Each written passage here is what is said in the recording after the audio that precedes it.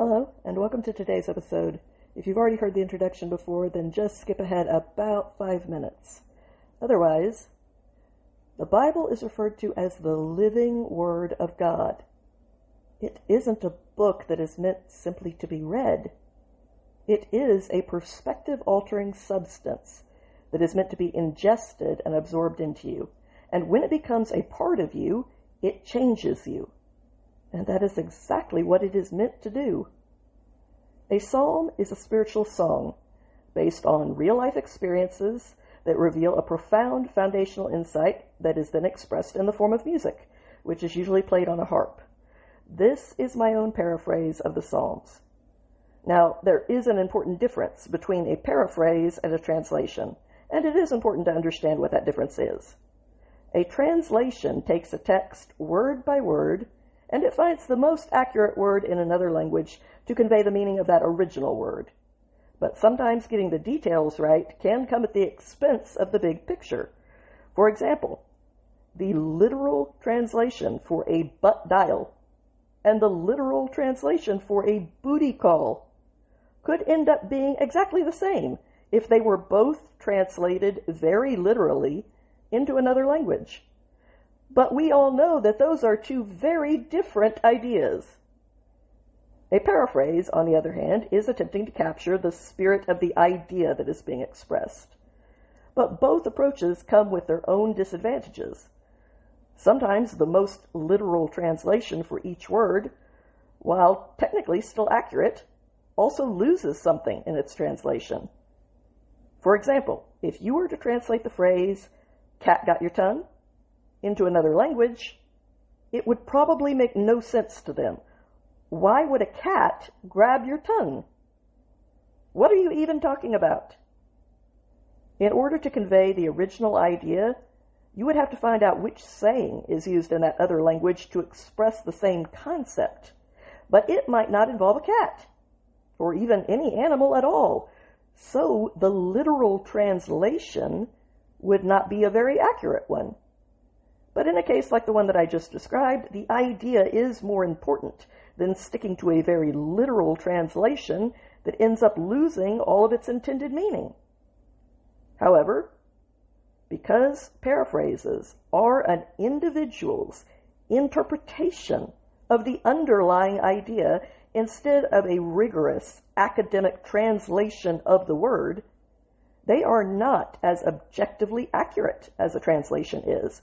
A paraphrase is a lot more subjective, and that makes it much more susceptible to interpretations that are way off the mark of the original text's intent. The focus of a translation is on detailed accuracy, and sometimes the broader picture is not conveyed very clearly as a result. The focus of a paraphrase is on painting that big picture, but it often loses the accuracy of the finer details. Both are useful as long as you understand which is which, and what the disadvantages to each approach are. And that is why I recommend using both an accurate translation, like the New American Standard, and a responsible paraphrase. For my part, I've done my best to create a hybrid paraphrase that also contains the truest translation that I could create for the Hebrew words that are found in the original text. But everything loses something in translation. Every word is an amalgamation of several other words. That is basically what a dictionary is. It tells you which words overlap with the word that you are interested in, and that helps you to fully understand its context. When it comes to a language that you are familiar with, all of the implied connections that are associated with a word are inherently carried along for context. They are tethered to its meaning, and we all understand that those connections are part of the picture. But this web of context does not come along for the ride when you are dealing with an unfamiliar language. So in a translation, you often have to choose between picking a word that overlaps more than any other single word would, while sacrificing the rest of the picture, or you end up with an extremely wordy translation that doesn't flow as well as it does in the original language. And Hebrew especially is such an abundantly rich language that to remain true to the beautiful web of context that is contained in the original biblical portrait, you end up with a very wordy English version. That trade-off is clearly not for everyone. But the truth is that there are already so many paraphrases out there for the people who want the maximally filtered, ultra-boiled down, heavily concentrated version of the Bible. And I'm not denying that concise simplicity has its utility. It certainly does. So if that is all that you are looking for right now, then there are already several versions out there to suit your preferred purpose. For the other people who want a deeper dive and a wider perspective to draw from as they try to understand the scriptures fully, some amount of crisp, flowing directness will have to be sacrificed in exchange for the opportunity to view that broader and more complicated web of context.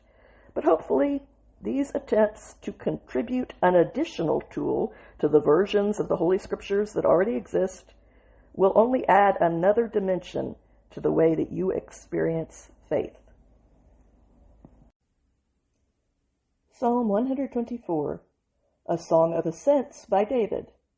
Ascents refers to the steps for going up to Jerusalem on the journey to participate in sacred festivals. Ascents, steps, or degrees is a reference to the physical ascent into Jerusalem, and specifically it refers to the climb up to the temple.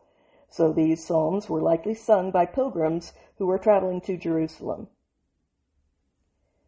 If Yahweh, the existing of all existence, had not been on our side, let the entire community of Israel say it now and acknowledge it out loud, that if not for the fact that our Yahweh came towards us to join us on our side when earthling men stood up together and rose over us to attack and oppress us in an attempt to stand on top of us, then they would have engulfed and consumed us, entirely alive in the wildfire of flared rage that they directed at us. At that point, the waters of chaos would have swamped us. That swift surge would have invaded, swept through, and submerged our entire existence under its force. Yes, the raging and defiant waters of chaos, swollen with insolent pride, would have swept through. It would have crossed from one side to the other and violated our core being, breaking it. So holy and valued, adored is Yahweh, who refused to let us be torn prey in the teeth of these rabid animals. He refused to place us in that position and abandon us to that fate. So our entire being has slipped free intact, like a small bird that has flown out of the trapper's noose. The snare lies smashed in pieces, and we escaped. We fled and were delivered, because our bracing allied strength, the power surrounding us and sustaining us, is the very nature of Yahweh, the existing of all existence, the maker of both the heavenly heights and the material earth.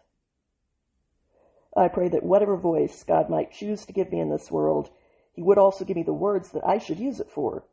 These words have meaning for me, and if they had some meaning for you as well, then I am truly grateful that we have both been given a gift from above, and from each other. Have a good day out there, my friends.